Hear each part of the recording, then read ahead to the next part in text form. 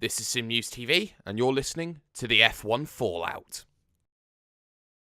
Welcome, ladies and gentlemen, to the F1 Fallout here. Just looked at the Formula 1 Esports World Championship. Let's flog the name already. We are doing a fantastic job.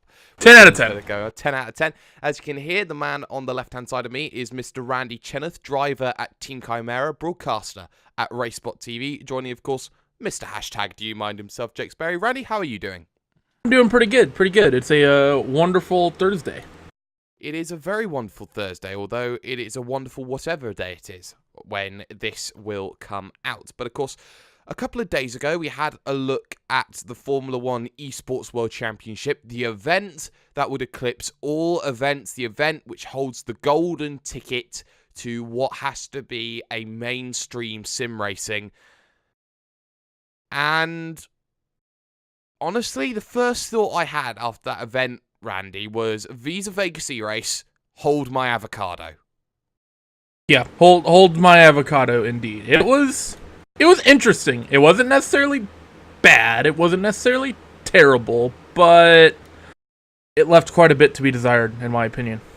Yes, and we're going to go on in quite a bit of detail, I think, about everything that's going to happen. And we're going to start with a few positives here. And, of course, both of us being broadcasters, Randy, there's not many better teams you can get with the likes of Jack Nicholls and Davide Valsecchi in terms of a broadcast duo. Of course, Davide does Formula 2, always very bright, very animated, as esports has to be. Jack Nicholls did the Visa Vegas E-Race, and arguably, although some of us don't like it in broadcasting terms, Jack Nicholls has become Mr. Esports.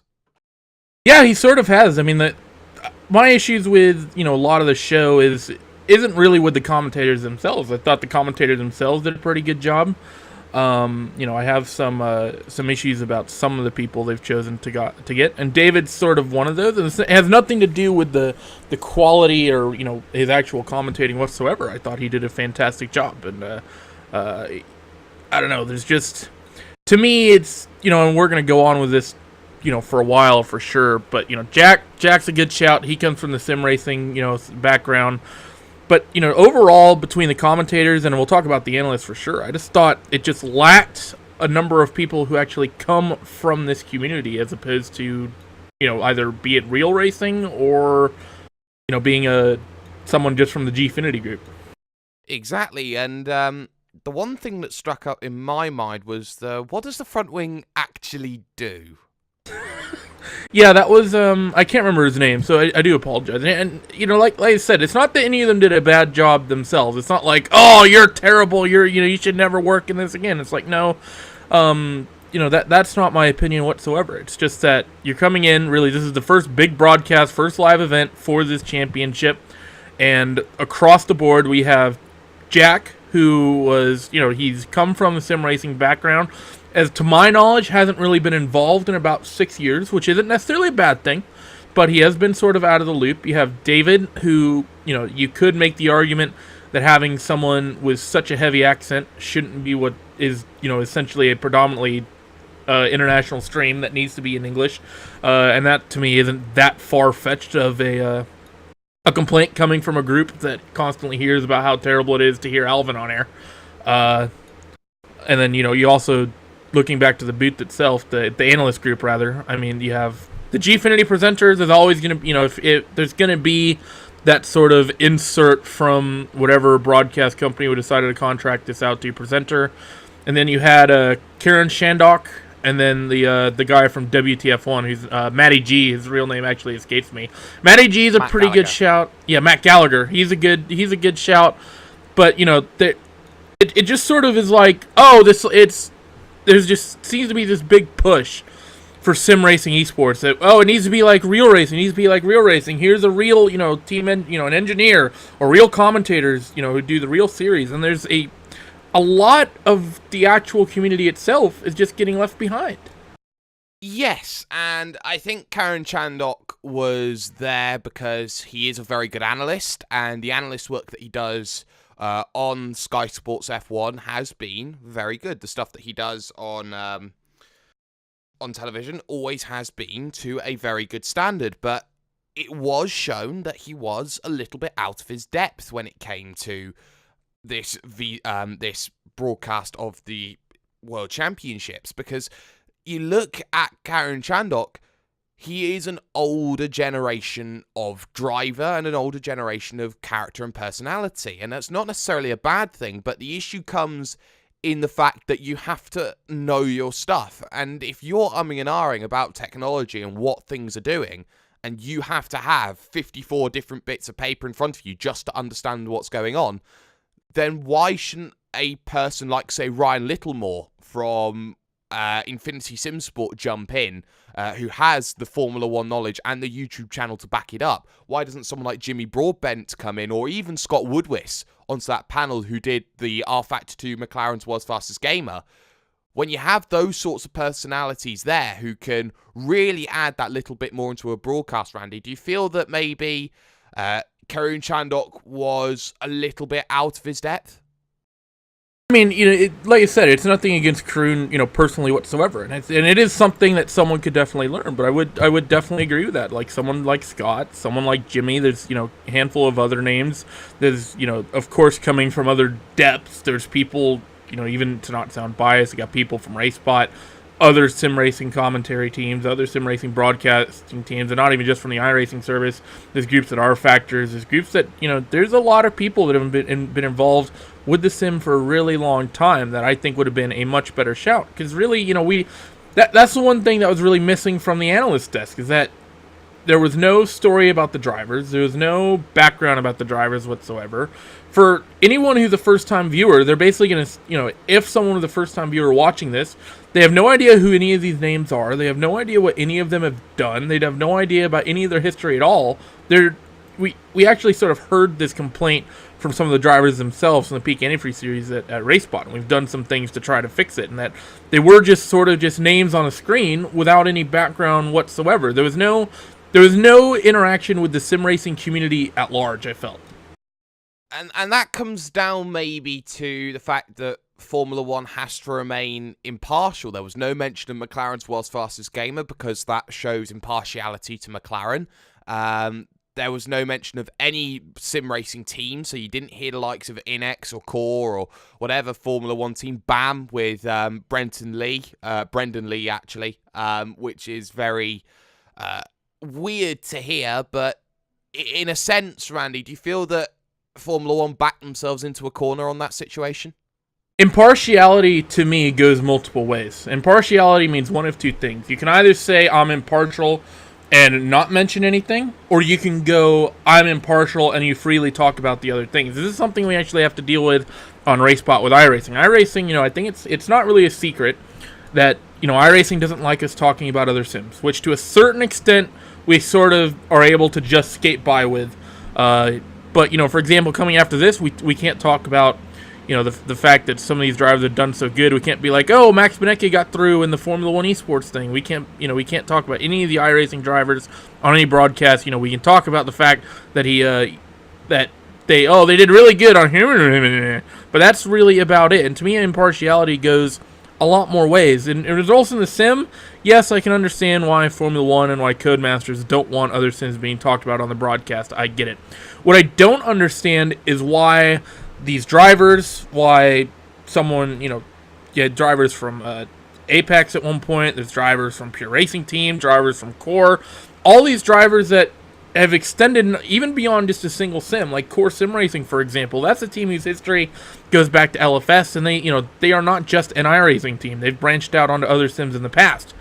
The fact that those drivers can't promo themselves, they can't promo their teams, they can't promo their sponsors, to me, it's not impartial for a Formula 1 Esports broadcast to have, after the race, it shows underneath their name Mercedes or Toro Rosso or Force India. You're essentially, I won't say you're giving promotion to those teams because the people watching them know who those groups already are. There's no extra promotion happening, but there's other groups that need this exposure, that support the drivers that you're watching, that get essentially nothing. They might pay whatever sponsorship they give the teams, the drivers, is in a lot of ways almost worthless to them. And it's just a very narrow-minded view to be like, oh, well, no, you can't talk about that at all. Yes, and that certainly does come into play. And of course, during the pre-show, I know you weren't available to watch that, but some of the packages were replayed during the ad breaks that we certainly saw. But from my first impression of that pre-show coverage, and even on the post-show coverage as well, I feel that there was a lot to be done, and actually a lot was very good out of the amount of money that was put into the packages that they were putting in, going over rules, going over the likes of the facts and figures over F1 2017. I thought they put a lot of effort into those, and that showed some very good progress. Yeah, I mean, there was certainly the production value of the event itself was very good. The actual, the people running the event, like I said, even the people working the commentator's desk and the analyst desk, both of those groups, some of them having, some experience from this sort of community, sim racing community, others not. I feel they did very well. There's just other things. It seems to be other behind-the-scenes sort of issues that really are the problem. It's like, well, maybe, like we said, we talked about maybe Corinne Chandok would be someone that you could put in, a Jimmy Broadbent or a Scott Woodwis. Excuse me. That's a minor fix. Most of the issues were, okay, the one presenter, I don't know why I said that stupid, probably because I'm an idiot. He seemed to have very little knowledge of motorsport in general, which is fine. There's not a lot of people, especially in the esports world, that know a lot about motor racing. However, there is one that would have been a very good shout. Granted, I'm not sure if he would have actually been available, and that's Sadakist from the Counter-Strike community. Sadakist actually owns a race car that got stolen a while back, and he actually worked the WFG thing. There might be an impartiality thing there. I'm not exactly sure, but Sadakist would have been a good shout for someone who's really experienced for a big esports style event to be a presenter for it. And like I said, other people within the sim racing community from, insert name here, you can pretty much pick anyone you want that may have been a better fit. And then just the fact that the teams and the drivers are just essentially names that, unless you know who they were, it's like, who are these people? Exactly. And there was no mention really of the road that people got into qualifying and how they managed to get themselves there. There was no mention of the 30-10 split. There was no mention of the throwback to leagues or anything like that in the broadcast. So that was something that was a little bit glossed over. But something that did catch my eye in the pre-show, and it's the last thing I'll do before we actually break down into the races, you could hear, Randy, I'm not sure if you've had a chance to look back at it, but you could actually hear the in-game audio over the opening 15 minutes or so of the pre-show, and that in itself sort of set a tone in the early goings, knowing you could hear that audio over what everything was going on, and there was no drives on track. It may have been a practice, it may have just been setting things up, but ultimately those sorts of errors are ones you instantly look to cut out to in any television. Really, I mean, it is a rookie mistake. I'll generally give a pass for these sorts of mistakes. Should they be happening? No. Should they be happening, especially considering who's getting contracted out to cover these events? No, they shouldn't. But at the same point, it's their first go-round. It's a bit of a rookie mistake. It's not the most serious one in the world. It gets a little bit of a pass, but it's not something you can do very often. And I have experience producing events, basically me just solo. I've recently at RaceBot become one of the producers and actual do stream outputs as opposed to just commentary at times. A lot of, there's a good chunk of shows that I'm doing now where I'm actually just working behind the scenes. And I know that what they're using technologically is a lot more advanced than what I have access to because I'm just on OBS. I'm sure they have a lot more whiz-bang gizmos behind the scenes to play with. It is a pretty simple fix and is usually a button. Is it more complicated for them behind the scenes? I don't know. I can't say, but I would be surprised if it happened again, and it didn't happen again throughout the rest of the show. So it is likely just a one-time thing. That's, okay, you get a bit of a pass there, but don't let it happen again. You got a pretty big backer putting these events on. Little mistakes like that can't just crop up. Exactly. And on that note, we'll head into race 1, which was... Oh, God. Well, actually, just before that, 4 races were not broadcast, and I think that surprised everyone, Randy, in the fact that 4 races, the first 4 races, shall we say, I think they were at Imola, right? No, they were at Interlagos. Interlagos. Nobody saw any of them. Yeah, and I'm not sure what the reasoning exactly was behind that. I'm going to assume they had some sort of time crunch issue, but 4 races didn't go off. I'm not sure exactly what happened there. That's not something I've been able to, really dive into and be like, oh, this is what happened in those races. But yeah, it is sort of, why aren't those getting broadcasted in some way, shape, or form, or even recorded? Those races have to happen. You have the commentators on hand. You have the broadcasters on hand. Even if you can't stream the races live for XYZ reason, there is no reason you can't record those and either put together a highlights package to upload on the internet at a later point, or just flat out even just stream them live. Like, I don't know. I don't understand the logic. If those races had to be run and everyone was there, I don't see how 1 + 1 doesn't equal 2. Well, the funny thing is, the only time we managed to see that was through the end credits finishing sequence that we saw a little bit of that, but that's by the by, and that really did surprise me. But race 1, intermediate conditions, 10 drivers looking to get themselves through. Even though there's 20 driver slots available, they have to use 2 for production. That's a different point.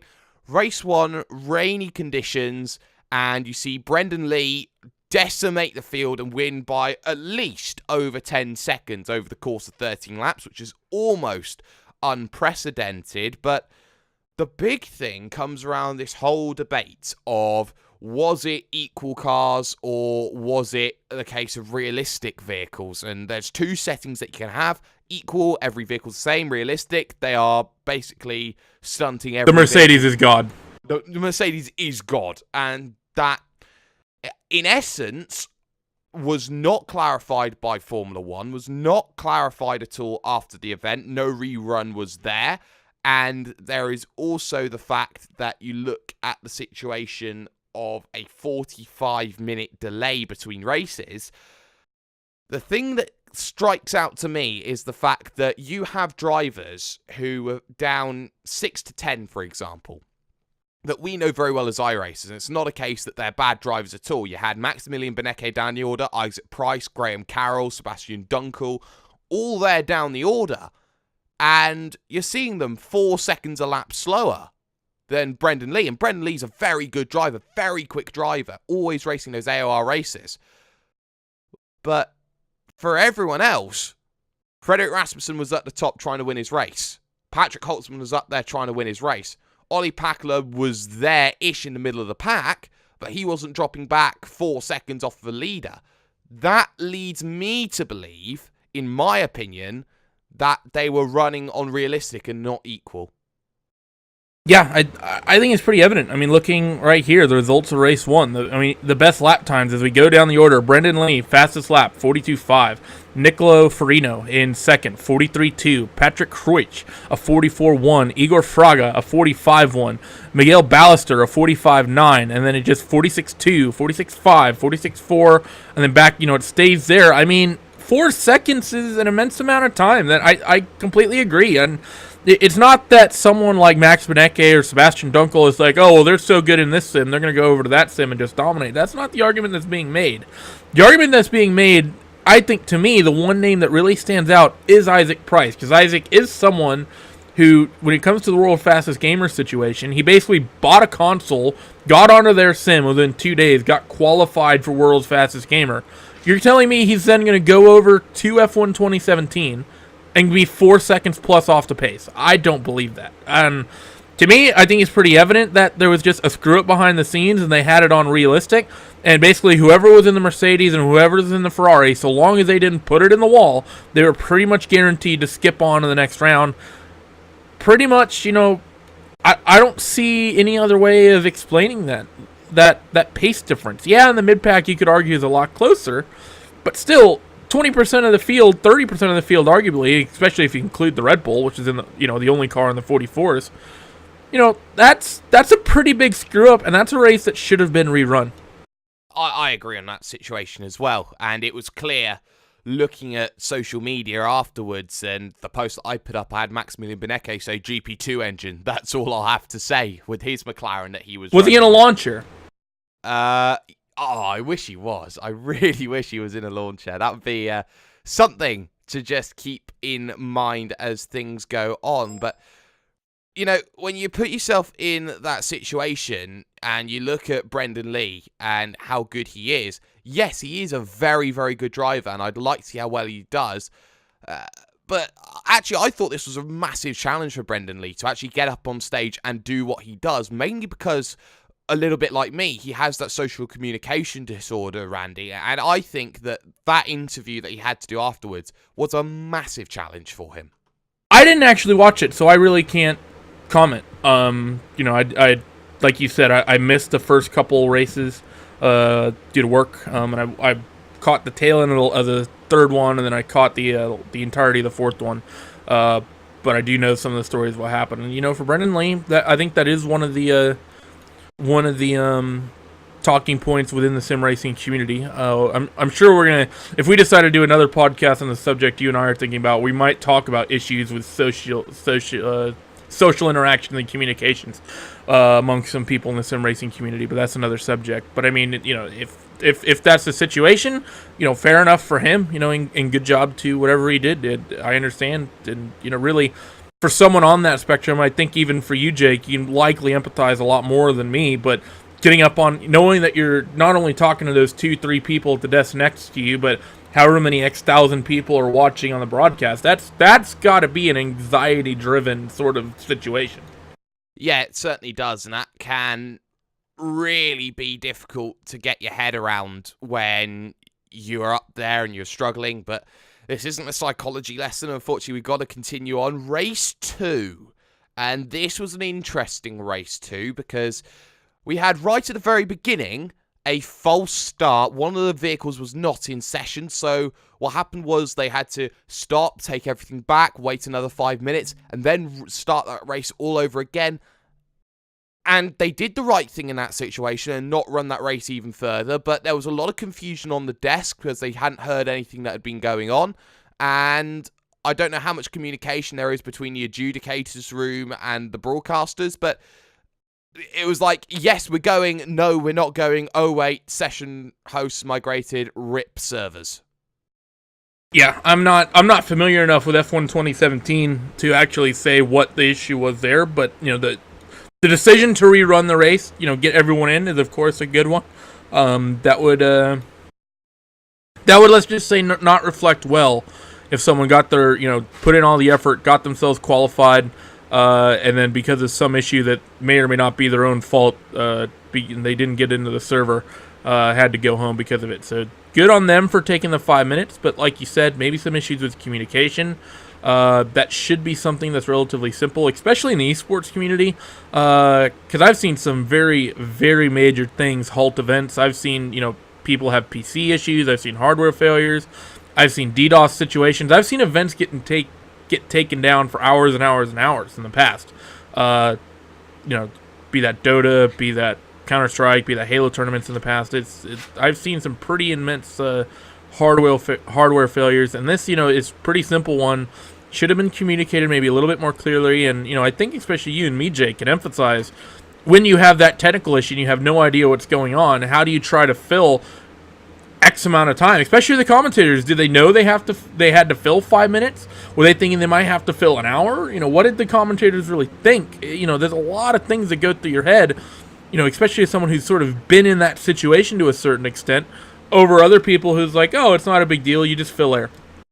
Yeah, it's very difficult, and it's a skill that does take a bit of time to master, and I'm not the best at filling time. I hope that I can certainly improve on that in my career, but there was also some more issues with technology during the race, especially on the opening lap, where Harry Jacks, who is essentially the fanboy's favourite, shall we say, being Noble2909 on YouTube, being very famous with the likes of Matt Gallagher, Arava, Tiamat Marduk, all that sort of crowd, he would get what he'd call 4 seconds of a black screen, which would force him off track wide at turn number 5 out on circuit. So he had to do basically a guess without hitting anybody off. But if the screen's going off, then there is a little bit of cause for concern with the technology, knowing that they've got to use it again in about a month's time in Abu Dhabi. Yeah, that's not something you can have happen, especially in in a format that's so short. I mean, it's just sort of, I don't know. A screen going black for 4 seconds is absolutely huge, and it's just that's not something that can just happen. Unfortunately, it's not something that's entirely preventable. It is very well possible that the fault isn't on that of the of the organizers, but it's still, that's something that needs to be looked into. Something I'm actually not sure of. I'm not actually seen it clarified, and this is a question I've had based on what I had on the screen. Do we know, were they running on a PC build of the game, or were they running on a console build? It was a PC build. It was a PC build? Okay. There's of course all sorts of issues that could potentially happen there, but if it just happened once, and if it didn't really happen again, okay, maybe not a big deal, a little bit of a hiccup, sorry to Harry Jacks, but at the same time, that can't happen in the finals in Abu Dhabi.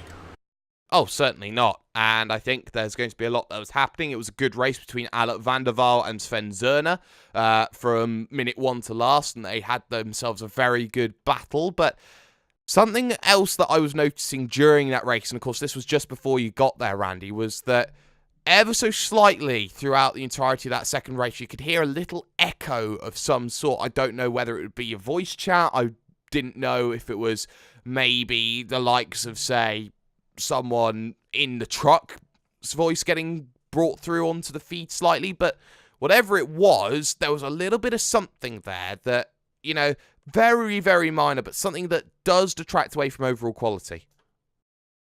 Yeah, and, what that issue may have been, like you said, it could be just about anybody. It could be someone behind the scenes. It could be the commentators. Who really knows where the source of that was? Just, a little hiccup. Like you said, it detracts a little bit from the overall quality, something that likely shouldn't happen. But that said, just hopefully, learn from that, learn, move on, and don't let it happen again, hopefully. And, really no harm, no foul in the grand scheme of things.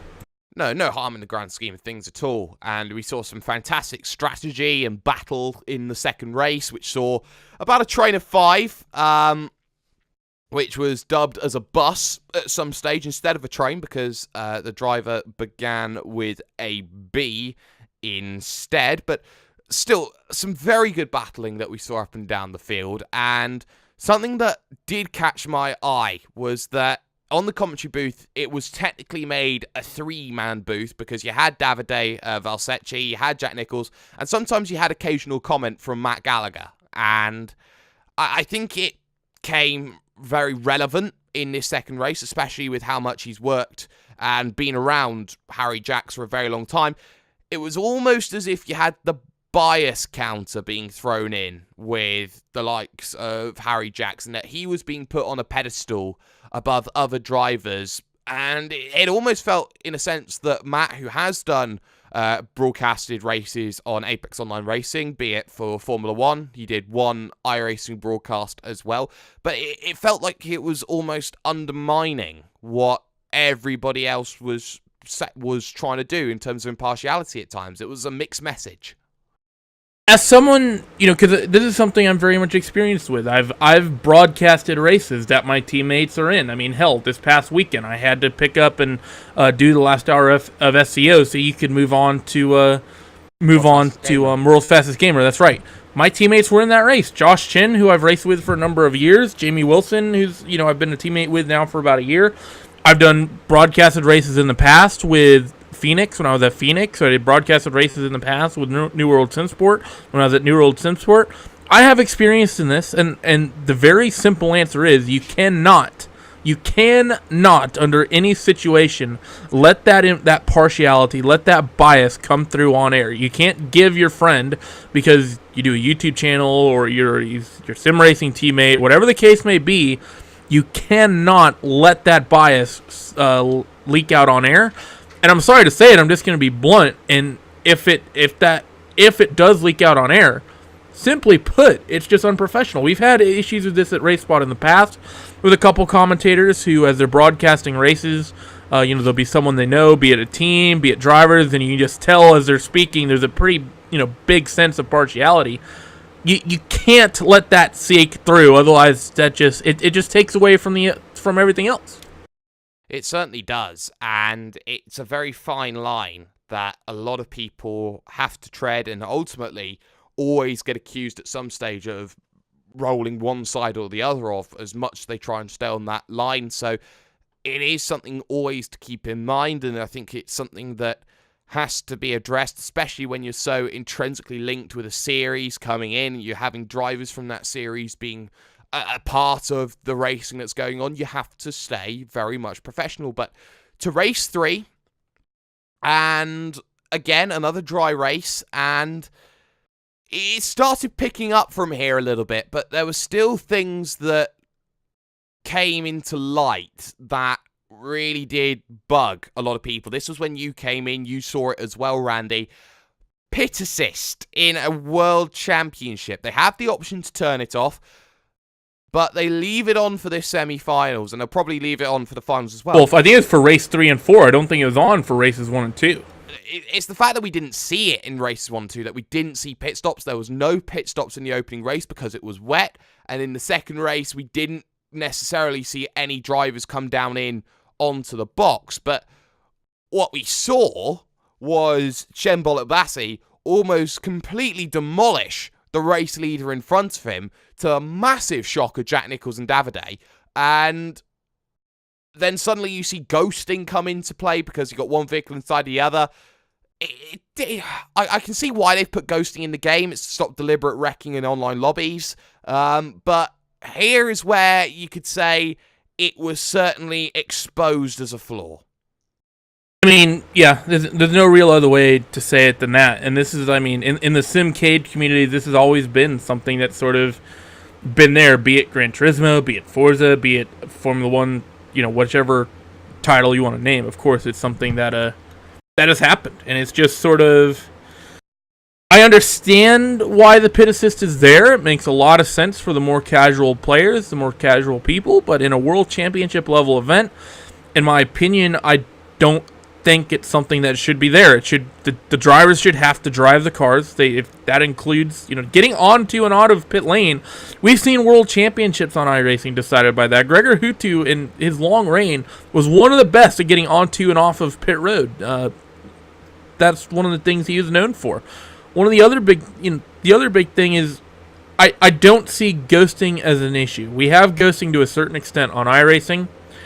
But the way the ghosting was working in this third race was not the way you'd like it. Because I understand why there'd be a certain extent ghosting on pit lane. The way it works in iRacing is that if cars are in the box, basically they can be ghosted through. That's generally something I'm okay with because a lot of people may not realize it, but having a bunch of cars come on pit lane together and drive off a pit lane can be a potential netcode nightmare. From a networking point of view, and I don't think there's actually a fix to that one. That's why we see iRacing go with ghosting in certain situations on pit lane, likely why you see Codemasters do it. But if these drivers can't get onto and off of pit lane, then it just makes no sense. It's so realistic. It's they're like really, really good drivers, but they can't do what is one of the largest and biggest things that could potentially change the event or the outcome of a race. It's just a cop-out. Do you feel that it undermines the driver's ability? I don't feel it undermines the driver's ability. I don't think it's a shot at the drivers. I think it's just it should be something that the drivers are required to do, is get onto and off of pit lane themselves. If they're really the best in the world, if they're really good enough to be flown out to London, to be flown out to Abu Dhabi and compete in these big events, they should be good enough to get themselves onto and off of pit lane. It's really just as simple as that. We've seen drivers do it on iRacing for going on 10 years now. WCGPS, NASCAR Peak Antifreeze Series, endurance racing, you name it, you have to get the car onto and off of pit road the hard way. If you're so good, you should be able to do it on F1 2017 as well. Yeah, you certainly should. And on top of seeing ghosting and the pit assist on for the entirety of the tournament, this is the race where we have to talk about the dreaded thing known as driving standards and the penalties that are implemented, because I don't feel that the penalties were harsh enough, basically, and we saw some massive accidents. Donoso and Bolotbasi was certainly the one that caught my eye, being two iRacers comparatively, and Donoso like a freight train down to the inside at the Vale and effectively T-boned Chembol Bassi, both drivers somehow managing to stay on the circuit. So drivers' standards weren't necessarily the best, but do you feel that they were masked in the fact that in terms of game physics overall, there isn't that much propulsion when it comes to an incident? Maybe to a certain extent. Because like I said, I actually came in after this third race. I missed a good number of this, but to me, the way to do race marshaling, and a lot of people aren't going to like this, and I know a lot of the drivers aren't going to like this, is if you're going to run races with this format, if you're going to run your events with this format where you have a number of heats that lead into a semifinal, that lead into a final, there has to be a very, very steep penalty for contacts in the race. In the Sim Racing Expo event that we saw, we saw two events. We saw the sprint format races on Saturday, and then the endurance race that you and Connery did on Sunday. In the sprint format races, the actual penalty was if race control decided you were at fault, you were kicked from the server. You weren't given a drive-through. You weren't given a give the position back. If you ended someone's race and race control found you at fault, you were gone. Congratulations, you're done. Good luck next year. That needs to be the way these events are really upheld, because if you're putting such a high potential prize on the line, people in those sort of transfer and bubble spots, they're going to race each other hard. People are going to throw stupid moves to get themselves through. And you simply put, can't allow that to be the case, because that person may have just ended someone else's race. If someone's in 5th and they transfer, the driver in 6th throws a big dive bomb, takes that 5th place driver out, does some serious damage. That driver who tried to make that silly pass is able to go on and get through. You have to punish that driver who made that move in some silly way. Does it give that slot to the driver who got taken out of it? No, of course it doesn't. But that doesn't mean it should be green-lighted to just, do whatever the hell you want. You have to wave a heavy fist in these events. I've seen it from sim racers in the past. You give them an inch, sometimes they'll want to take a mile. It has to be a zero-tolerance policy. You have to drive within a certain limit. You have to drive intelligently to a certain extent. You can drive each other hard, but there's a difference between driving hard and driving dumb.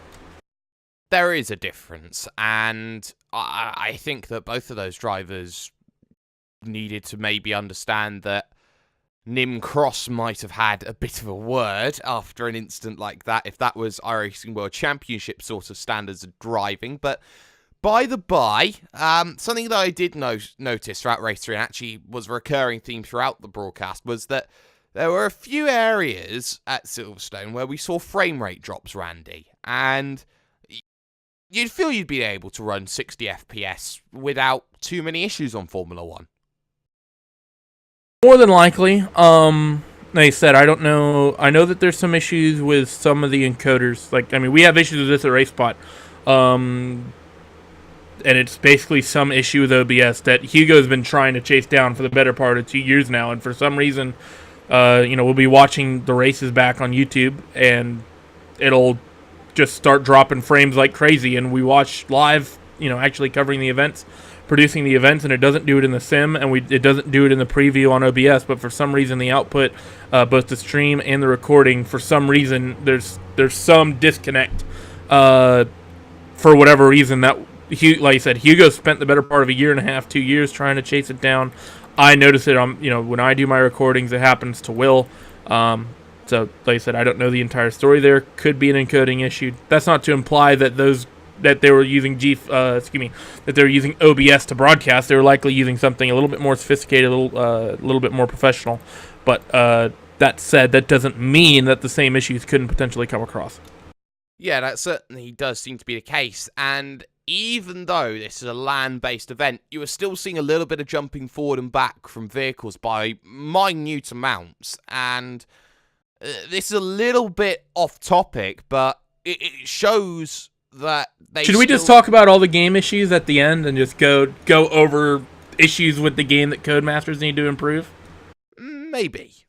I was going to visit this very quickly before hitting Race 4. But it is a case that if you look at, say, F1 2015 as a game, you physically saw leagues that were absolutely huge decide we can't run this game because there is massive desync and there is massive lag and we can't do anything. We don't know what car is real and what car's not. This is a LAN event, and you think that LAN produces no lag at all or minimal lag? You know, you're talking about lag where you're still seeing vehicles move forward and move back by upwards of, I'd say, upwards of 15 foot at a time. And that's massive for a driver when they can't physically make a pass because there's still a little bit of jumping going on and you don't naturally know where that vehicle is going to be at any one time. I know that within the iRacing community, it's gotten to be a little bit of a meme, like, oh, the iRacing netcode's so bad, cars jumping around, blah, blah, blah, yada, yada, you know, rabble, rabble. A lot of people don't actually realize how good the iRacing netcode is. And, you know, go back and watch older sims being broadcast. Be that, you know, the original R Factor. Go back to GTR 2 broadcasts. You know, even today, watch R Factor 2 broadcast. Watch that Codemasters event where, like you said, I don't know if it was technically on LAN because I know a lot of developers of varying games have taken LAN support out of games that very well may have quote-unquote technically been online, but the fact that they're all in the same room should minimize the effect by a great deal, and it shouldn't essentially be an issue whatsoever. But it just shows that the actual netcode of the game is subpar. Watch an iRacing broadcast, and unless someone's having a connection issue, the cars look smooth, they run smooth. When cars get loose, they get loose in realistic ways visually. This is visually, not how it feels behind the wheel or anything like that. The cars do realistic things visually. They hop over curbs in good ways. Compare that to what we saw in F1 2017, where cars got loose and they just did this weird kind of wiggle. Like, it didn't really look right. Like you said, you saw cars moving around. You know, that is netcode of the game. People may not understand it. A lot of people, especially I think from the iRacing community, they might only think netcode has to do with the cars making contact, but netcode goes over a much wider spectrum of networking and watching the cars actually work. The netcode of the game needs some improvement. It's pretty bad if cars are doing that, as you said, on a LAN event. It is, you know, that's unacceptable. You don't see that in other esport games. You don't see that in Counter-Strike. You don't see that in Dota. You don't see that in League, in, you know, Overwatch. You can't have those netcode issues that potentially make or break someone winning a championship, someone winning a big race, someone going on to the next event in Abu Dhabi or wherever the case may be.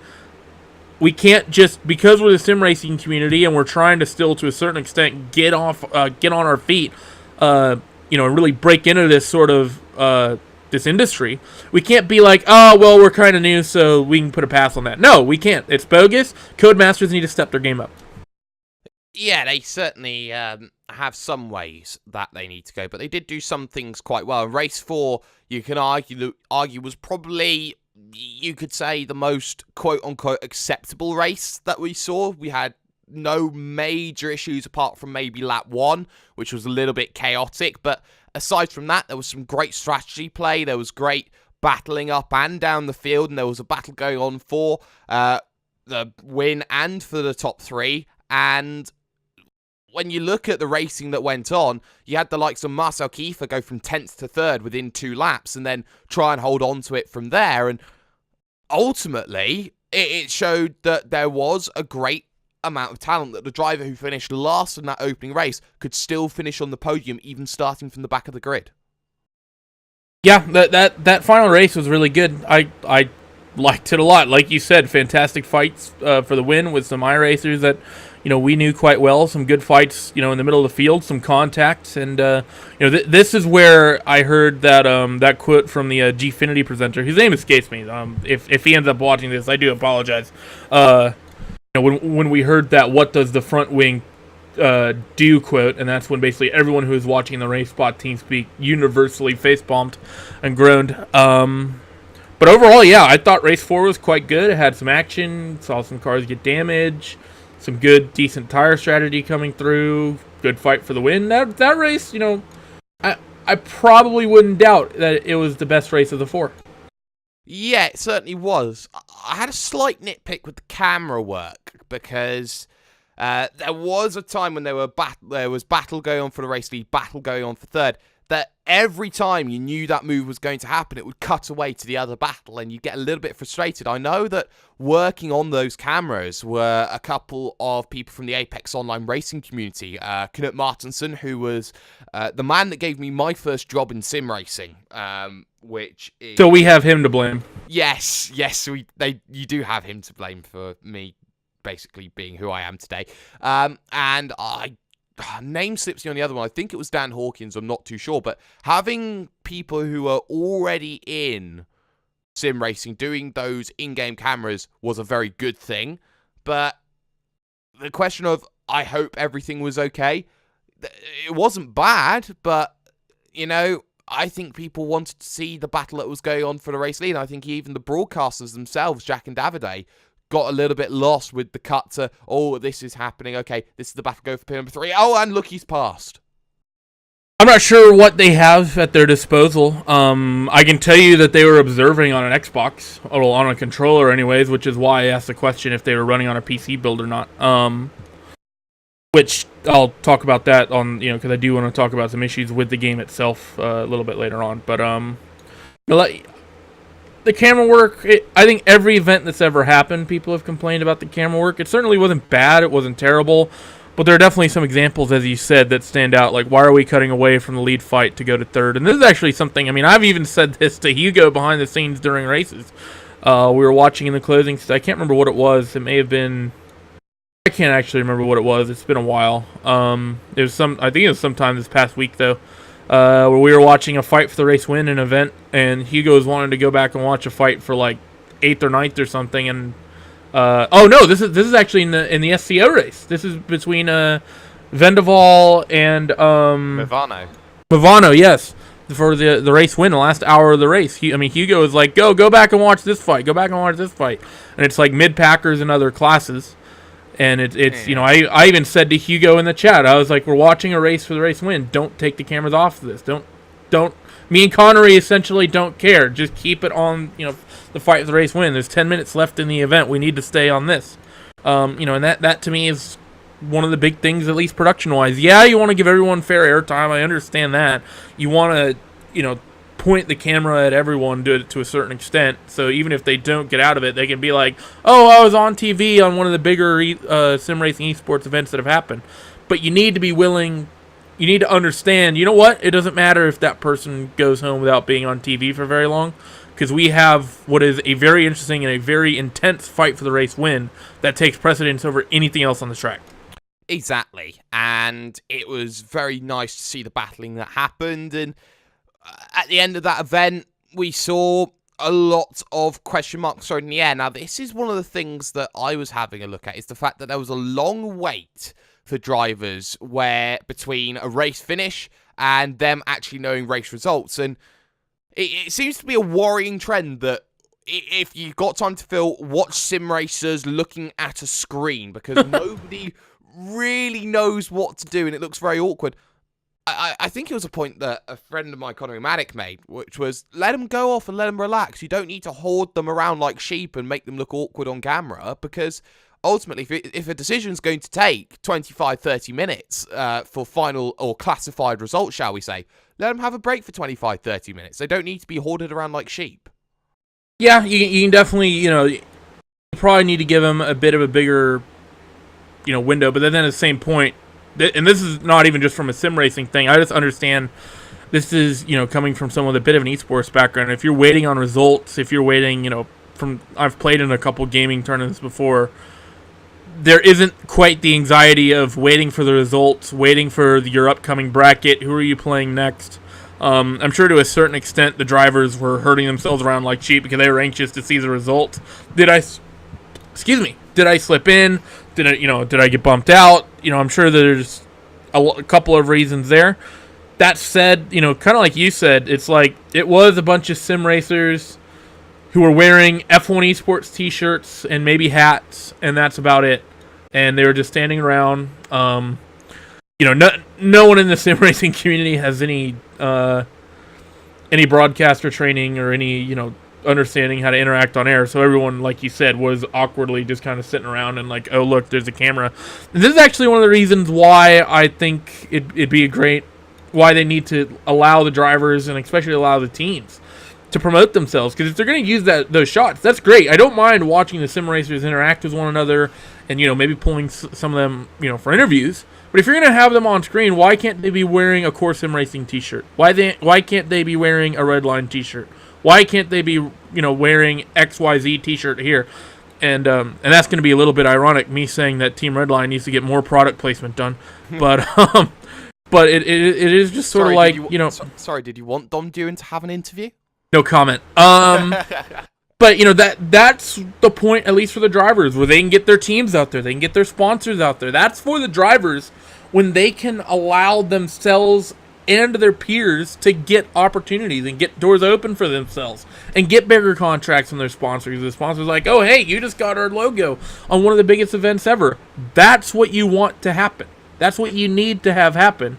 And have everyone there with just an F1 Esports shirt on. I mean, why is it, and this, people are like, well, we're trying to be like real life.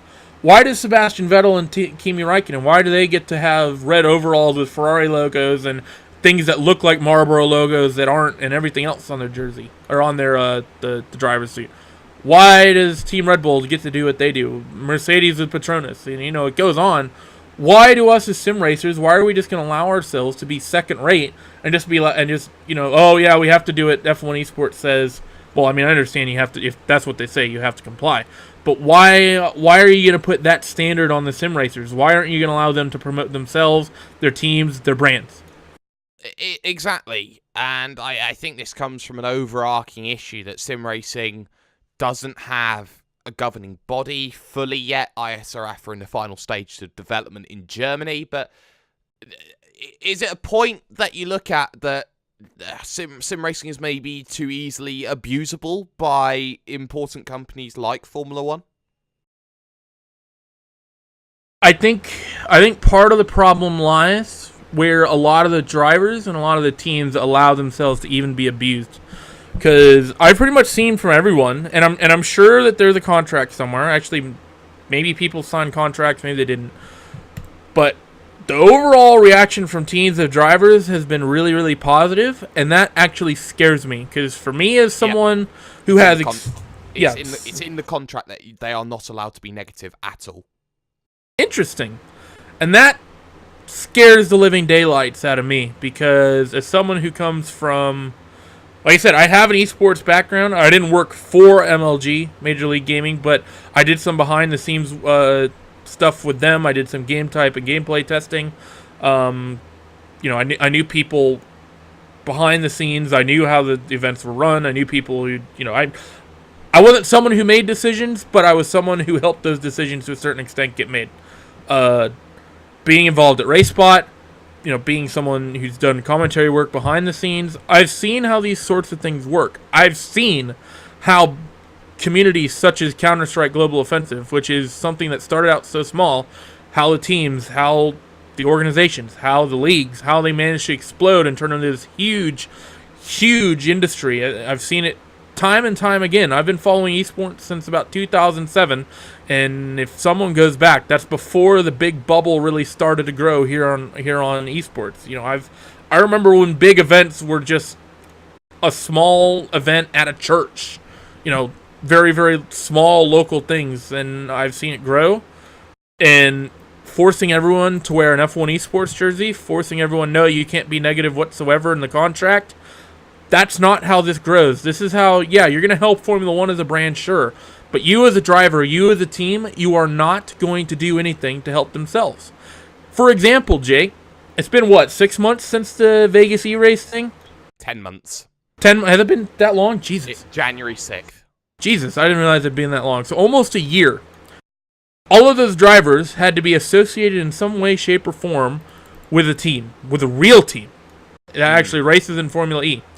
How many of those sim racing drivers are still associating with those Formula E teams? None. Actually one, Enzo Benito. So, out of all of those drivers, there was, 40, I think? Total, I know it got narrowed down for the final event, but there were, I know, a large number of drivers as it got closer and closer to the finals that were interacting with those big teams. Yes. So, go ahead. And you see that there's, one left after a year? And that, in a sense, is only down to the fact that he's become the simulator test driver for Techita.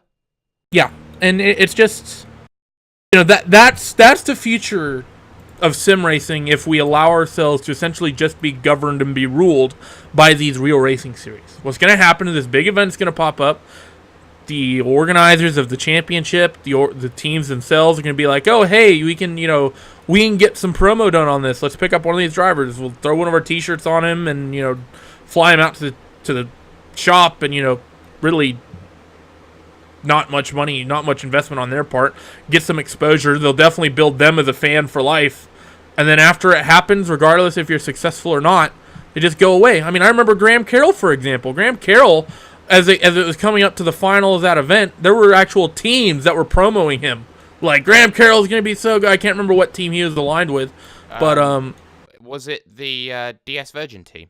I think so. It was whichever team that he was, like, put in, paired with, essentially. And it's like, they were like, he's going to do so good. The race happens. He doesn't win the event.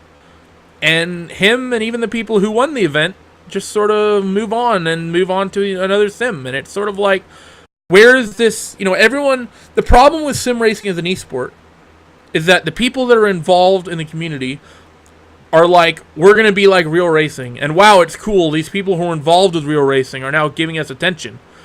But the people that are actually giving us attention from the quote-unquote real racing series don't care nearly enough. There's just not opportunities there that people think that are there to a grand scheme of things. I definitely agree with you on that point, and it's something that has come up in discussion a lot over the past year. I know a lot of discussion was around that at Sim Expo and areas around that, but looking at the drivers who have got themselves through to the quote-unquote final as it was made, but ultimately is going to have to be 2 semi-finals into a final. So you got Brendan Lee, Alec Vanderval, Sonic Saltunk and Sally Santuk, Patrick Holtzman, Sven Zerner, Nicolo Fiorini, Cedric Thorne, Cembolo Bassi, Frederick Rasmussen, Igo Frago, Joni Tamala, Tiziano Brioni, Patrick Kreutz, Gianfranco Giglioni, Alberto Foltran, Mad Sorensen, Harrison Jacks, Fabrizio Donoso, and Maximilian Benecke. Out of those drivers, you look at them, and you look at certain drivers that stand out. Brendan Lee most certainly is the driver that's standing out, and I think that the British media are going to get behind and say he is our great hope for this tournament.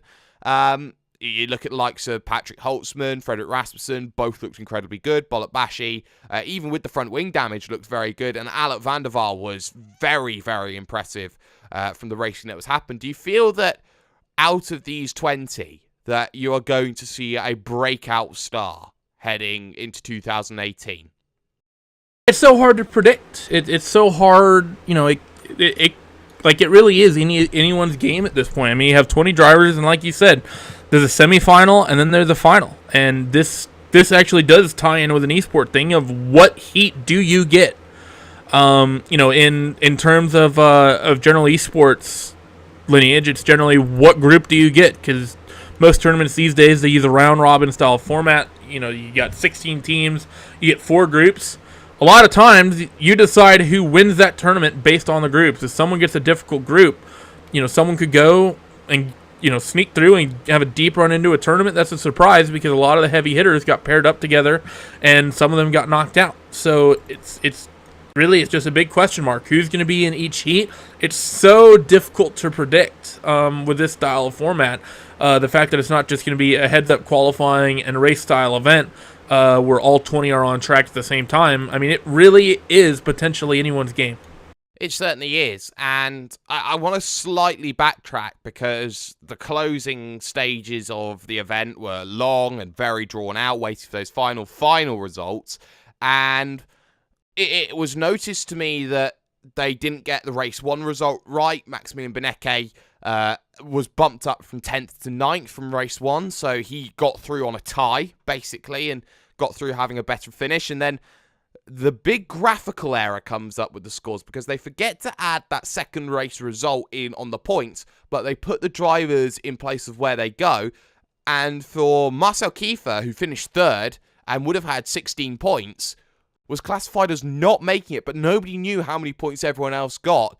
And everybody was like up in arms about it. Like, what's the actual points? And then they didn't go back and show it. Yeah, that's a pretty major screw up. That's something that you have to you can't let that happen. You have to communicate with the drivers, and this is going to be I'm pointing the finger pretty much at everyone, because Formula 1, who's putting on the event, they have to come up with a format that's, I don't want to say simple, or it has to be easy, but it has to be understandable. The competitors have to be able to keep track of it, especially when you're, transferring people in on points in this weird way that sort of makes sense, but sort of doesn't at the same time. Because that's not really the way I've ever heard of heat racing at all working in the past in any real life series whatsoever. You're going to get through on points rather than where you finish. That's, I've never heard of that ever, be that rallycross, be that local track, racing here in the U.S. where we use heats. It is by default a pretty confusing system. And then you have to be able to put those results together, and you have to be able to actually fundamentally be able to put them out quickly and have the results quickly. You can't have your analysts and drivers sitting around for 20, 30, 40 minutes filling airtime before the viewers, who are tuning in to what is probably at least the second biggest, if not largest, sim racing esports event there's ever been, before they figure out what in the hell happened. You go watch a Counter-Strike tournament. They figure out who's won when the game says game over. They figure out who won a League of Legends game when the game is over. They know who's advancing. They knew that's something that's easy to understand. It's something that's easy to interpret.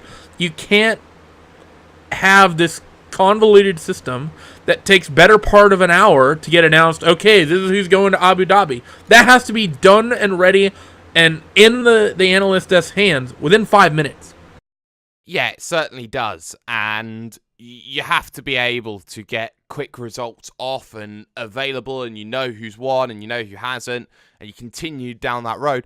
Let's talk about some of the faults then that we found over this F1 2017. Oh, and just as an example, before we go on, just on the topic, and I've memory serves, Jake, you were part of this. Actually, you might have not. It just may have been me, Will, and Cisco. People are saying, oh, well, it's not that easy to calculate points on the fly.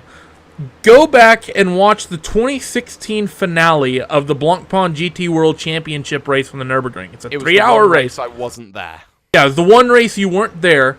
Me, Cisco, and Will are sitting there calculating points for what was essentially going to come close to being a 3-way tie for the championship between NX Red, Coanda, and Core. Heinzenville Core, not Core Sim Racing, different Core. But we were sitting there on air doing the calculations. That's how simple a points format should work. That's the simplicity. The people that are there at the analyst desk should be able to keep, essentially, if they're following along with the race, they should be able to keep track of what's happening.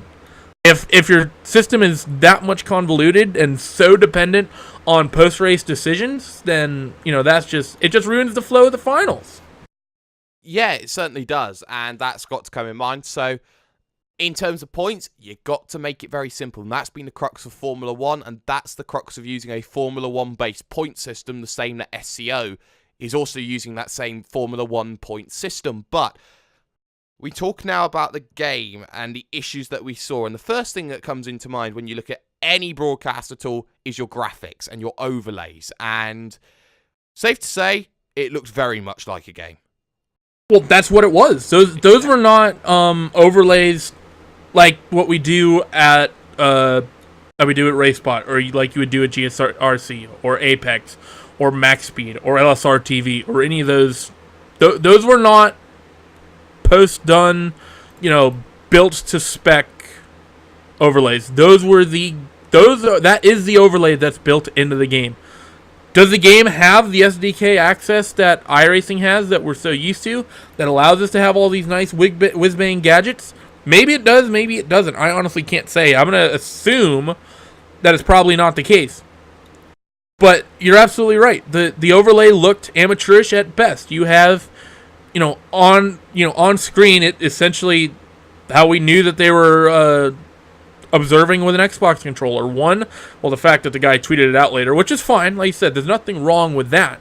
But having press X, I think it was right trigger and left trigger to switch drivers. And then you had like X and Y. Yeah, there was X and Y on the bottom of the screen. I can't remember what all the commands said here. But that can't be there. It looks stupid. Go watch a Counter-Strike event. Go watch League of Legends. Go watch Halo. They don't have that same issue happening in terms of observing the events. That can't be something that is an issue. And what ties into this is the fact that the observer slots take up slots in the lobby. That can't be something that happens either. 10 years ago, you're talking about Counter-Strike, you're talking about Call of Duty, sure, you can get away with that because that's, somewhat older technology. 10 years have now passed on. iRacing has really set the standard in what you're able to do observing-wise.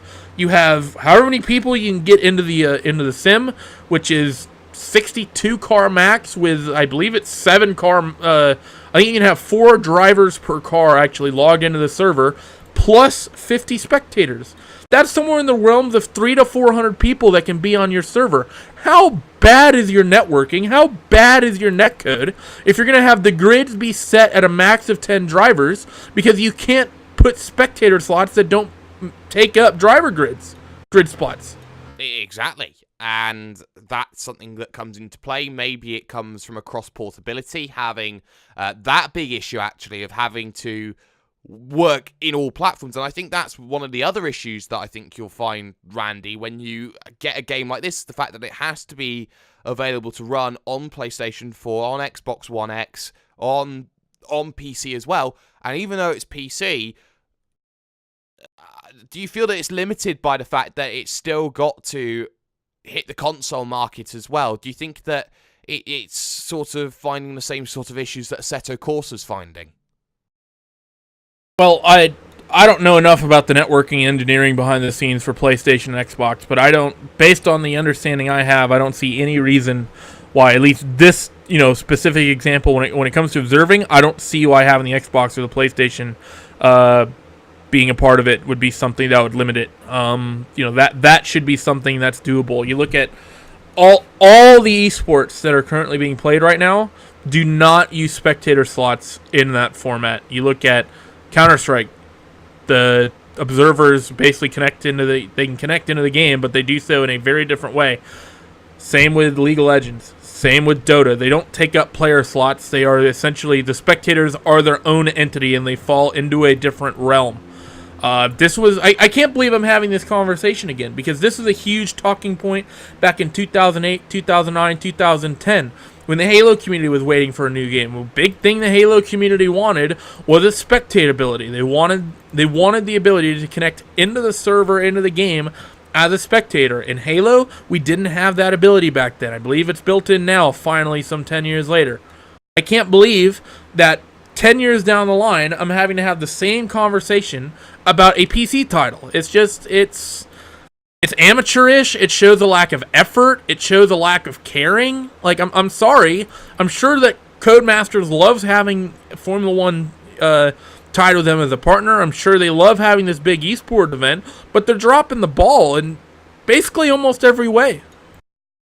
You can definitely see it that way, and I think it certainly does show when Rocket League can put people in play where, in terms of having spectator spots, and maybe Formula 1 can't in the same sort of... And that's cross-platform too. Yeah, that's PC, PlayStation, Xbox. Exactly. And I think that's something that you definitely find. Something that I was looking at was the pit stops themselves, Randy, and... I noticed it in race 2. They also became apparent race 3, race 4, is that they'd pull into the box, they'd put on tyres, but the other tyres would just stay there. So effectively, you're just morphing tyres together. Yeah, it was sort of, they'd come in the box and they have the full pit crew, and I understand why that looks better.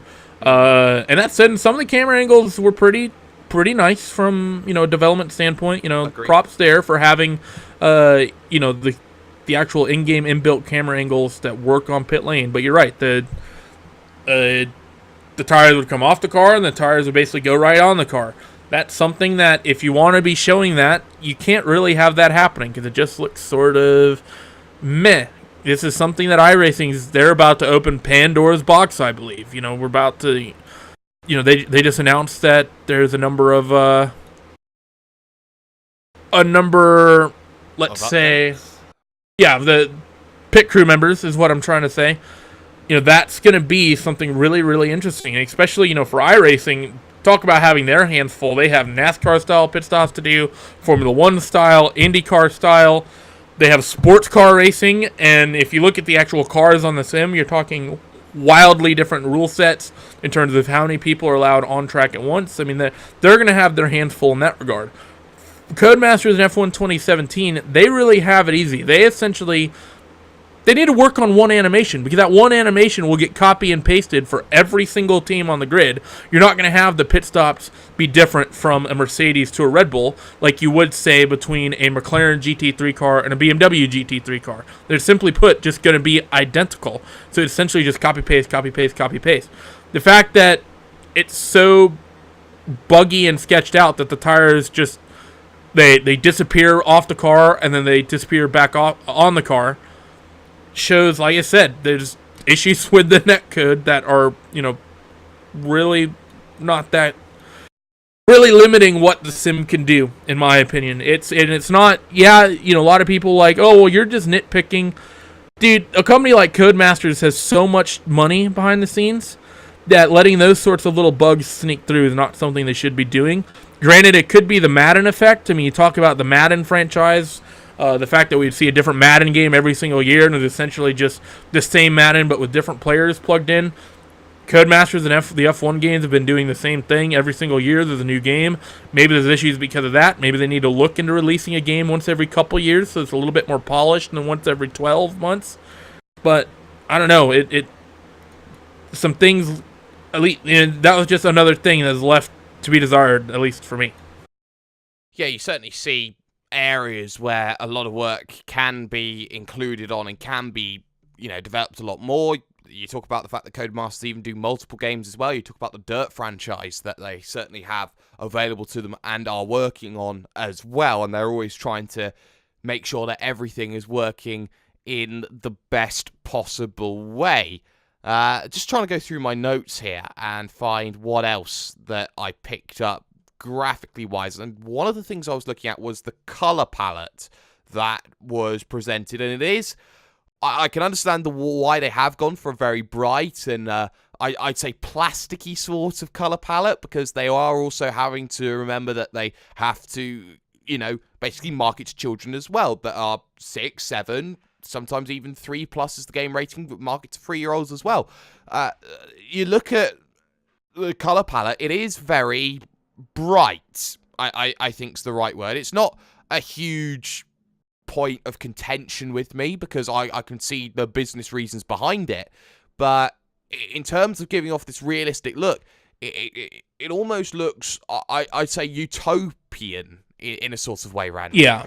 It looks, and the thing is that it looks odd because it looks bright, but if you actually look at it, it looks just, I just can't find, I don't know how to really describe it. It just, it doesn't look realistic. But it's made to look so good that it's beyond realistic. Now, I don't know if they were limiting the graphic settings for broadcast itself.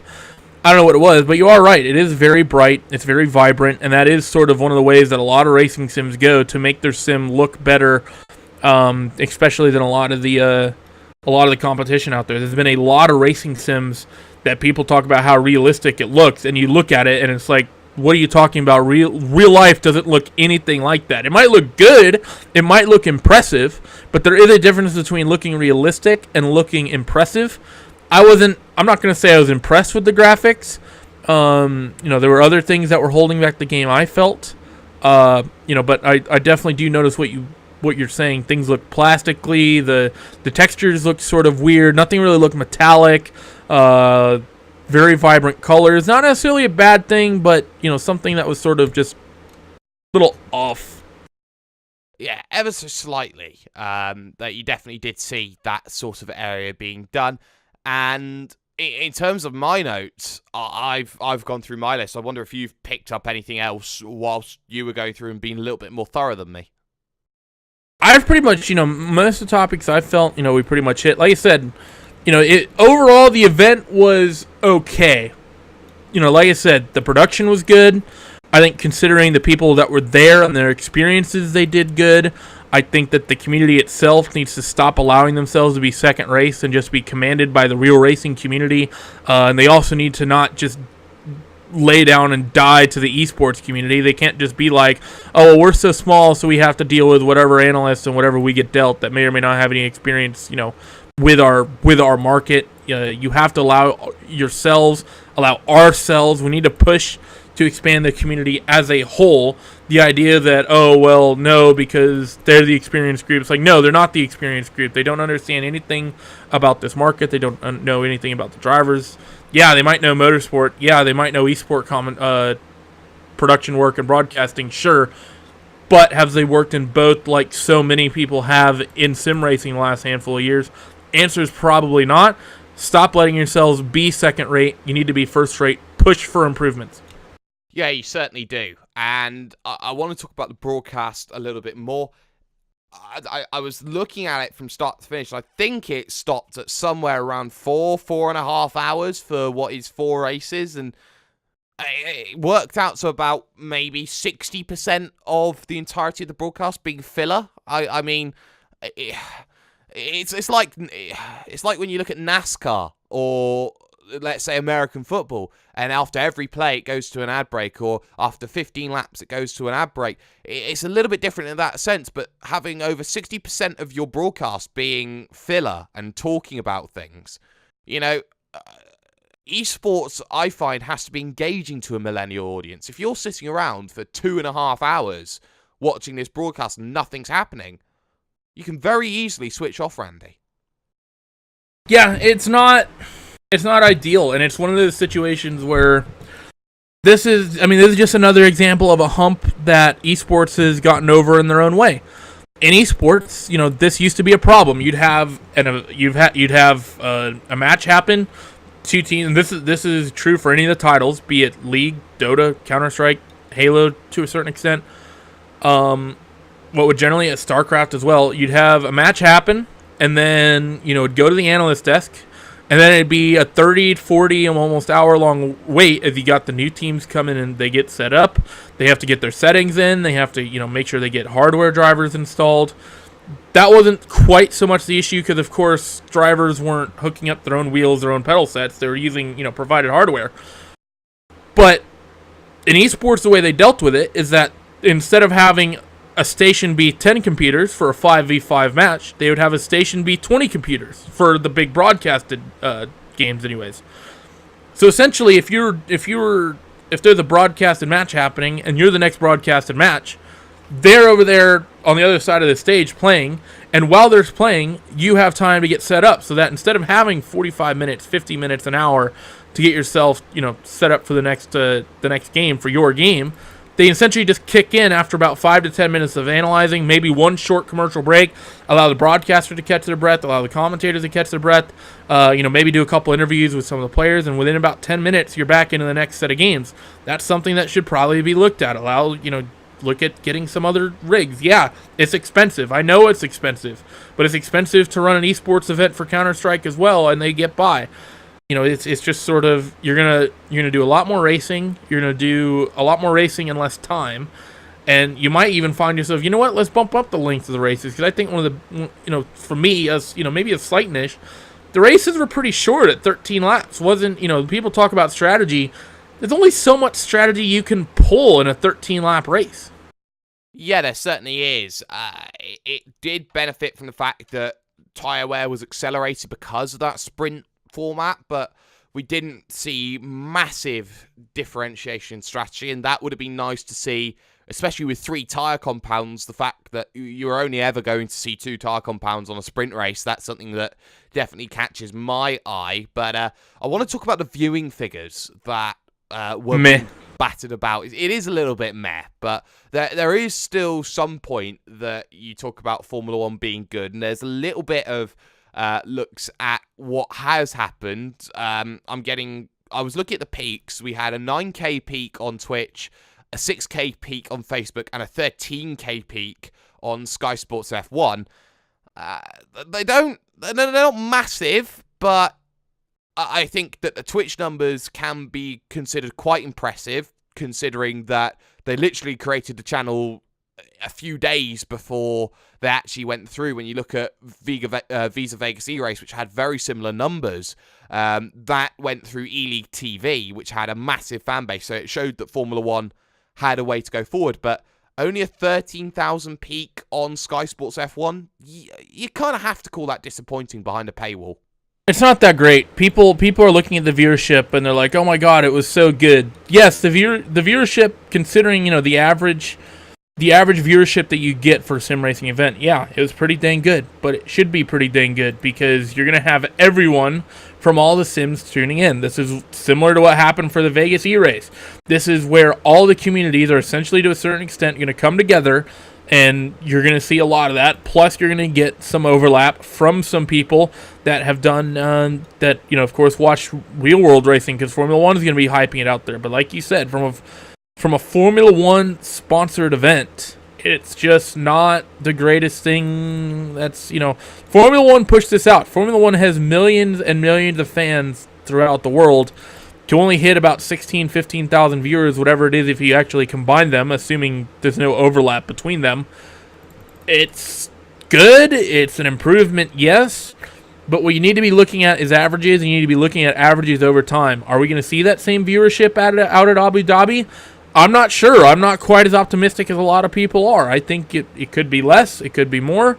I really can't say. It depends on how it's marketed. You also have to look at viewership over time. I know this has been such a huge talking point as well. At least for us at RaceSpot, this whole streaming on YouTube versus streaming on Twitch argument. Was streaming on Twitch the right thing for an event that's sponsored by Formula One, that's being pushed so heavily by a real world motorsport? I'm not so sure, because people like to say, there is an overlap in the market. And to a certain extent, I will agree, there is an overlap in the market. The problem is, there's a lot of racing fans. Everyone knows YouTube. Everyone's familiar with YouTube.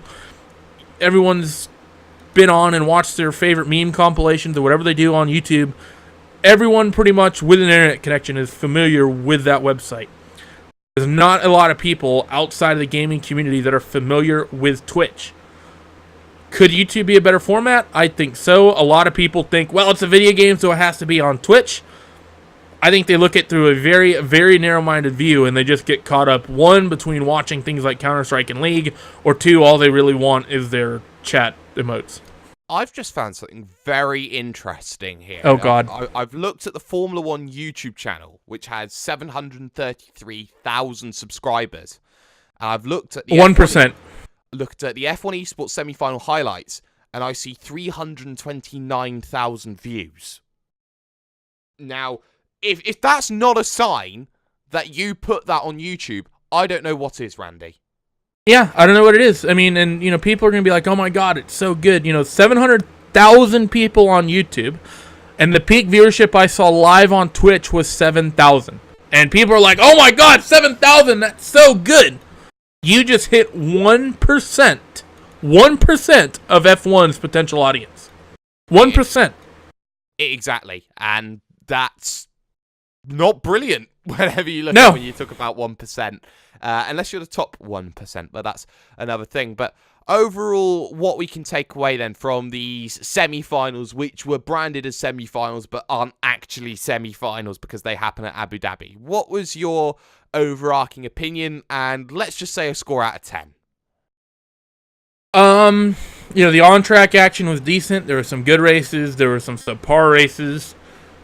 I'm going to give it a 5. I think the sim racing, like I said, I think the sim racing community, they're going to look at this and they're going to be like, it was really, really good. I think people need to actually look at what's happening in some of the other esport mediums, and know and understand that sim racing is capable of that. The community is capable of that. The talent does exist within the community to put on that same sort of show. Maybe it's the fault of some of the people on the production side of things to get themselves out there a little bit more. The on-track action, like I said, that wasn't really the issue, but I think the game itself leads a lot to be desired. I think the production, like I've said a couple times, needs some more people from within the sim racing community, especially on screen, people who understand who these drivers are, people who understand what these drivers have done, and overall just a change of mindset from within the hierarchs of this league and of this series to allow the drivers to promote themselves, allow the teams to promote themselves, allow their sponsors to promote themselves. That's how this, I think, could really grow. If it wasn't for all those things, I might look at giving it a 7 out of 8, but 7 or an 8, not 7 out of 8. But I'm gonna say 4 out of 10 for the sim racing community as a whole. That's very interesting, and I like looking at broadcasts in the sense of how does this move the needle in sim racing? What necessarily moves the needle in sim racing? Because you look at, say, iRacing's needle and what's moving the needle in iRacing. You talk about LMP1, that moves the needle. You talk about day-to-night transitions, that will move the needle. You talk. I can feel my needle moving right now. Oh, okay. So we're going to talk like that now, are we? Okay, that's how it's going to be because we're getting late. But the point is, I don't see how this has essentially moved the needle forward for broadcast. There are innovators, and then there are companies that jump on the hype train. And I can't help but feel that Formula 1 jumped on the hype train when Formula E decided to be the innovator. And because of that, you know, you'd expect Formula 1 to do a much better job. When in reality, I'd say they were either par or slightly over par with the fact that they had a lot of technical issues. Granted, it wasn't the massive faux pas at the finale of Vegas E-Race where we didn't know who a winner was. Yeah, no one had DRS stuck open.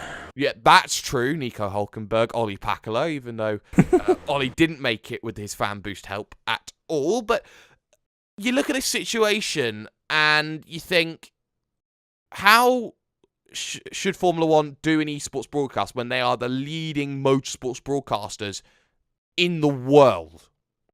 Apart from maybe NASCAR or maybe IndyCar. But you think Formula 1 is the premier motorsport racing in the world. And quite simply, it didn't look like it was a Formula 1 done broadcast. It looked like it was someone else. It looked like it was someone trying to get into that industry. It didn't look perfect. There were areas that weren't professional, looked amateurish. And ultimately, that leaves me on a borderline between a 3 and a 4 out of 10. There was good racing. There was good action. I can't fault the action that happened, but there were some really basic errors that sometimes you don't even see in basic leagues that just start up and go, hey, I want this broadcast done. There's no issues here at all. And on that note here, I am going to say thank you to Randy Chenowth on my right-hand side. And I am going to say that to anyone who has been watching, thank you very much for your time here on SimNews.TV. You can catch all our weekly and bi-weekly shows, likes of Parker's Pit Stop, iWeekly. You talk about the Super League show that has been going on or has maybe been a little bit quiet over the while. But for the time being, I've been #DoYouMindJakeSparey, and this was an F1 Fallout.